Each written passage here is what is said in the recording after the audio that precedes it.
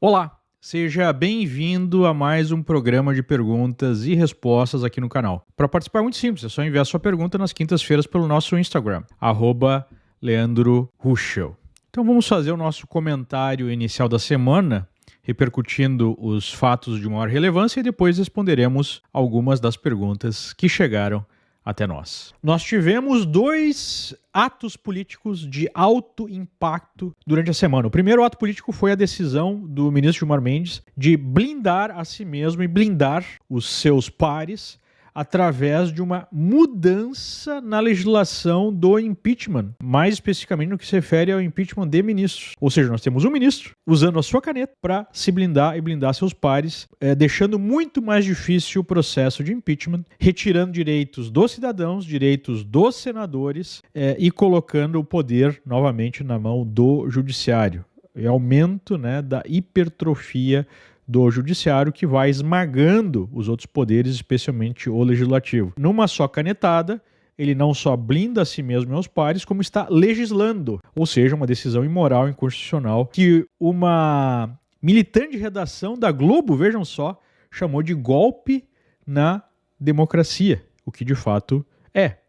Então, por que isso é significativo? Porque demonstra que falar sobre eleições de 2026 sem antes buscar a solução desse estado de exceção que a gente vive no Brasil, em que foi montado todo um regime de repressão política, de censura, de perseguição, em que não há mais direitos básicos, direitos fundamentais, como direito político, como direito à livre associação, não faz sentido, porque a própria justificativa dada por alguns militantes de redação para esse do ministro foi que a direita se organiza para eleger uma maioria no Senado em 2026 e assim abrir impeachment de ministros. Ora, mas não é a democracia que define se um candidato a senador colocar como plataforma o impeachment do ministro e as pessoas votarem para esse senador, isso não é o povo falando, não é o povo exercendo o seu poder? O que essa postura explicita ainda mais é que os ministros se apresentam como os fiadores da democracia, os verdadeiros representantes da democracia, apesar de não serem nem eleitos,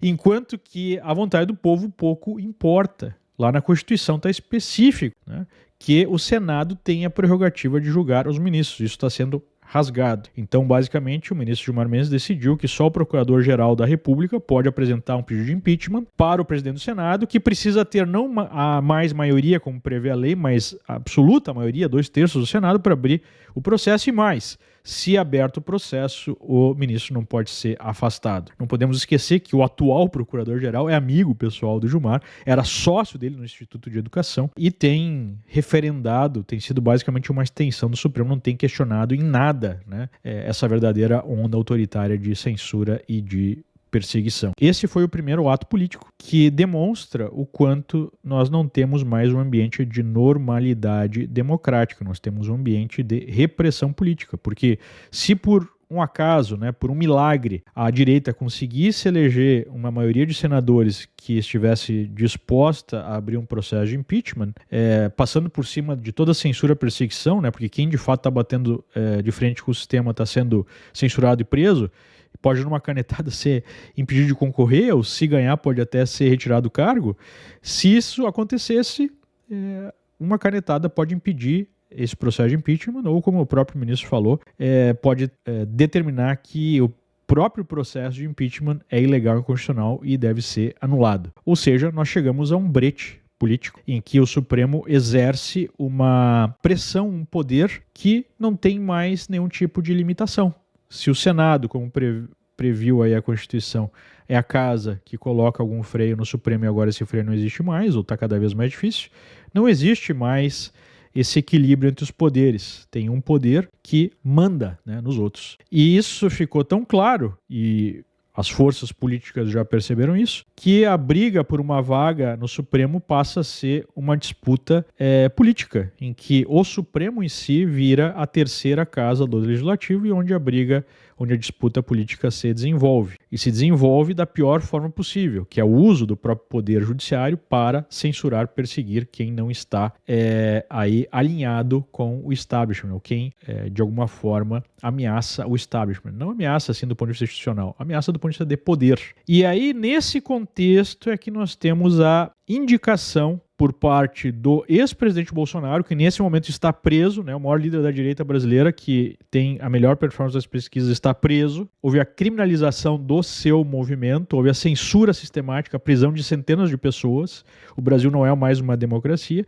É nesse contexto que o ex-presidente Bolsonaro apresenta o seu filho Flávio Bolsonaro como candidato, provocando um terremoto político no mercado, com a queda, né, a maior queda aí, quase 4% de queda no Ibovespa desde 21, uma alta explosiva do dólar, porque se desfaz o chamado trade Tarcísio no mercado, em que o mercado colocava a expectativa alimentada pelo Centrão de saída do descondenado Lula, que está levando o Brasil para o abismo, né, com a explosão dos gastos, com a explosão fiscal, e entrada de um Tarcísio como um candidato da direita permitida, apoiada pelo Centrão, queria então colocar as contas em ordem. E é isso que o mercado se preocupa, não se preocupa com esse verdadeiro estado de exceção que a gente vive, né?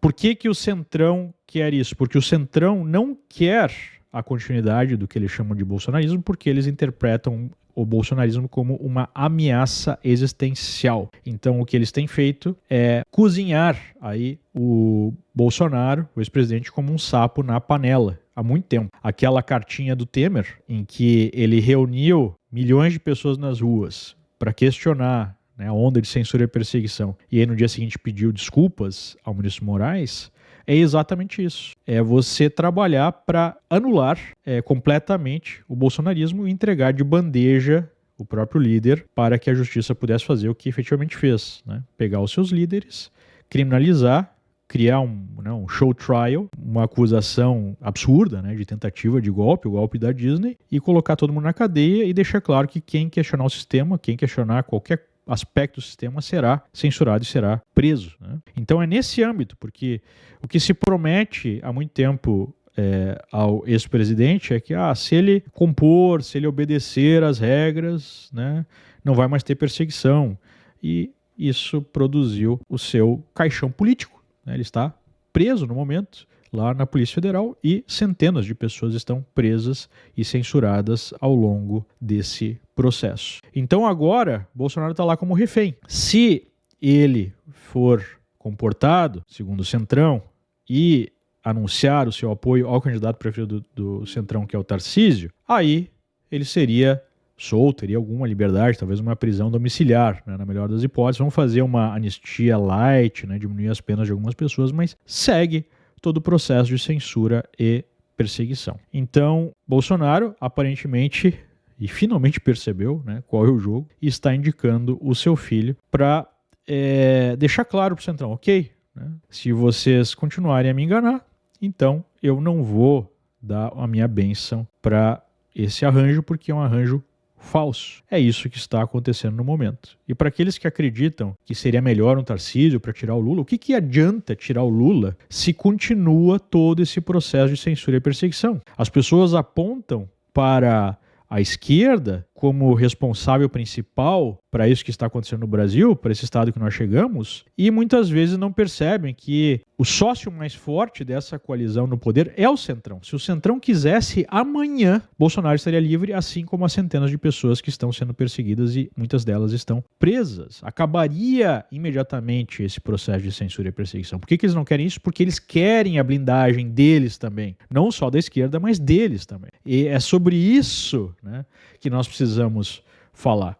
Então não adianta vir qualquer candidato de uma direita permitida e cumprir a mesma função que um Alckmin já cumpriu, que um Aécio Neves já cumpriu, se colocando como opositor do PT e colocando como principal, né, objetivo simplesmente derrotar Lula, sem que ele se comprometa com duas coisas fundamentais. É só o que importa, que é a anistia irrestrita e a responsabilização por quem promoveu a censura e perseguição no Brasil nos últimos anos, através, por exemplo, de impeachment, né? Essa é a única forma que nós podemos ter a restituição de um mínimo Estado de Direito, dos mínimos direitos fundamentais, das liberdades básicas. Qualquer candidato que não se comprometa com esses dois temas não está comprometido com o Brasil, não está comprometido com a direita. Simples como isso, né? Então, se algum candidato a qualquer cargo quiser o meu apoio, vai ter que se comprometer com essas duas pautas. Sem essas duas pautas, a gente está enxugando o gelo, né? E aí vem o pessoal do mercado, que eu conheço bem, porque eu atuo no mercado há mais de um quarto de século, e fala, não, mas o Brasil é assim mesmo, a gente vai acabar, né, levando com a barriga, se arrumar as coisas um pouquinho, tudo bem, né, evita o pior, pelo menos a gente tira o Lula. Essa é uma visão de curto prazo e é a visão que destruiu o Brasil. Veja, a situação que nós temos hoje, vem um escândalo de gigantescas proporções, com um custo multibilionário, e aí basicamente se compra, né, se paga advogados que estão ligados ao sistema, ao topo do judiciário. O caso é levado para o topo do judiciário, numa canetada se para as investigações, tira o sujeito da cadeia e acabou, né? Porque se sabe, segundo os próprios advogados e a militância de redação, que isso poderia ser uma lava-jato 2.0, pelo nível de relação que esse banqueiro tinha, né, com a política brasileira. Ou então vem a revelação lá pela CPI, impressionante, o Lulinha estaria levando, segundo o presidente da CPI, mesada do careca lá do INSS. A mídia nem fala nisso. Ninguém investiga. É proibida, né, a sua convocação até mesmo para CPI. Então, o que a gente tem no Brasil é o domínio completo de um sistema que, além de saquear sistematicamente o país, retirou até mesmo a capacidade de nós questionarmos o sistema, de nós criticarmos. Isso passou a ser tratado como um ataque, né, às instituições, como um verdadeiro ataque às instituições, é justamente você impedir que elas funcionem, que é o que aconteceu.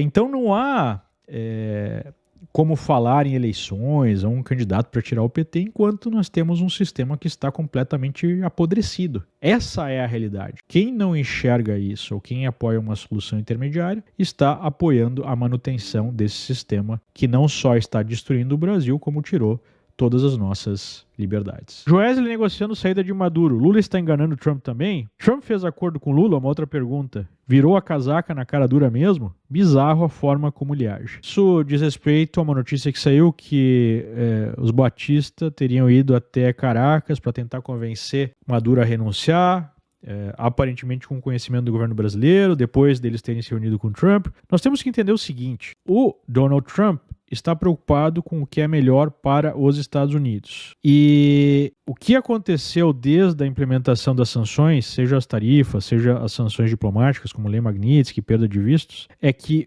o sistema brasileiro e parte da direita brasileira simplesmente passou a atacar os Estados Unidos ao invés de buscar uma mudança no regime no Brasil, né, de censura, de perseguição política. Então, por um lado, a gente tem o governo americano, o Departamento de Estado, esse pessoal percebendo que no Brasil aparentemente não há uma força interna de reação. Por outro lado, a gente tem o foco de Trump na mudança lá da Venezuela e uma série de outras questões, terras raras, né, questões que envolvem big techs, de diminuição de impostos, e a gente não sabe exatamente qual é a negociação, porque o que chega até nós é parte, né, do que é falado. Então, se nós ligarmos as pontas, há uma possibilidade do próprio regime, né, lulista, está buscando talvez entregar a cabeça de Maduro, deixar de apoiar a Venezuela em troca do fim das sanções contra o Brasil. E do ponto de vista dos Estados Unidos, isso pode fazer algum sentido. Não estou dizendo que é o correto, né? Não estou dizendo que é o que eu quero que aconteça, estou fazendo uma análise fria da situação. Isso pode estar acontecendo. Isso seria muito ruim, porque ajuda a consolidar o regime brasileiro, mas, como nós falamos há muito tempo, a mudança para acontecer no Brasil tem que partir de dentro. Os Estados Unidos podem ajudar ou não ajudar, como o Biden ajudou a consolidação, né, da retirada lá do Lula da cadeia, a sua alçada à presidência, todo o regime de perseguição no Brasil. O Trump deu, né, uma sinalização de ajuda para o Brasil, mas aparentemente a oposição brasileira, ao invés de utilizar essa ajuda, essa sinalização para, com todas as forças, mudar o regime brasileiro e restabelecer, né, o Estado Democrático de Direito, as nossas liberdades básicas, resolveram atacar os Estados Unidos. Aí fica realmente difícil. Supremo se blindando do Senado. Previsão de derrota em 26 ou consolidação do poder? Eu creio que é uma sinalização para os sócios, né, do poder do Supremo lá no Congresso, porque não imaginem que o Supremo atua solto, de forma isolada, do seguinte: olha, nós fizemos todo o trabalho aqui de blindagem do sistema ao longo desse tempo e agora a gente vai pagar através de uma reação pela política que gere os nossos impeachments? Não mesmo, a gente não vai aceitar isso. Então, a gente blindou vocês e agora a gente vai querer se blindar também. E não venham querer nos tratar aqui como os responsáveis pela situação e os que vão pagar o pato. É assim que eu entendi essa decisão. Por que a direita brasileira é autofágica? É tão difícil estabelecer uma pauta única? A direita brasileira é muito jovem. A direita brasileira que nós temos hoje nasceu entre 2013 e 2014. A esquerda tem décadas de consolidação do poder, né, de estabelecimento de estruturas de poder, de aparelhamento do poder. Então não é só uma questão de falta de organização, de falta de senso coletivo, de atuação organizada, estratégica, é falta de experiência, número 1, e número 2. A direita tem que atuar num campo minado. Enquanto a esquerda, através dos processos gramscianos, já aparelhou as instituições desde dentro, e conta então com um ambiente extremamente favorável, né, inclusive com o árbitro do jogo a seu favor, a direita está em formação ainda e tem que atuar sempre, né, censurada, perseguida, destruída, seja pela imprensa, seja pela própria justiça, por outras instituições. Então, é um cenário muito difícil. Qual ação financeira tomaria se o Nine for eleito? Olha, se você for esperar por uma definição, talvez seja tarde demais. Então, tomar ações depois de uma eleição ou de um processo, né, que confirme a manutenção desse regime desastroso, isso produziria, né, um risco grande, porque depois que isso acontecer, o mercado já vai ter se movimentado. O que você pode fazer é se movimentar antes. E como é que você pode se movimentar antes? Através de uma diversificação de investimentos. É isso que a gente tem feito nos últimos vários anos, apresentando para o brasileiro uma alternativa para você manter o seu patrimônio mais seguro, através da Liberta, né? Porque duas coisas podem acontecer, independentemente da situação política mais ou menos repressiva. Se nós tivermos a continuação de um regime, né, do Lula, nós vamos ter muitas dificuldades no mercado brasileiro. O Lula está criando uma bolha de prosperidade artificial, da mesma maneira que foi criada e explodiu na mão de Dilma no segundo mandato. Só que agora vai ser pior, porque o nível de endividamento é bem maior do que era na época da Dilma, né, com uma explosão das contas públicas. O próprio governo está falando isso, né? Os próprios técnicos do Tesouro estão dizendo que não vai ter dinheiro para pagar as contas básicas a partir de 2027. Então isso vai tem o potencial de produzir uma crise muito grande. Isso representa a Bolsa se mantendo, né, num processo de correção que já dura quase 2 décadas. Apesar da alta recente, o mercado está muito longe das máximas lá de 2007, 2008, e ao mesmo tempo uma percepção de risco maior em relação à dívida, né, o que pode gerar um aumento ainda maior de taxa de juros e uma depreciação do real frente ao dólar, né? Especialmente se o Lula tiver condições políticas de implementar a sua agenda de expansão ainda maior dos gastos públicos, o que invariavelmente vai levar mais inflação. Então, esperar que isso aconteça é muito perigoso. Por outro lado, se nós tivermos uma mudança de governo, nós podemos ter alguma recuperação do mercado brasileiro. Como o mercado brasileiro está muito reprimido, está relativamente barato em relação aos pares internacionais, qualquer sinalização de normalização das contas públicas, novamente independente da questão política, pode levar a uma alta significativa da Bolsa, uma certa apreciação do real frente ao dólar e uma diminuição das taxas de juros. Como é que a gente faz nessa situação? Porque a gente não tem como saber o que vai acontecer.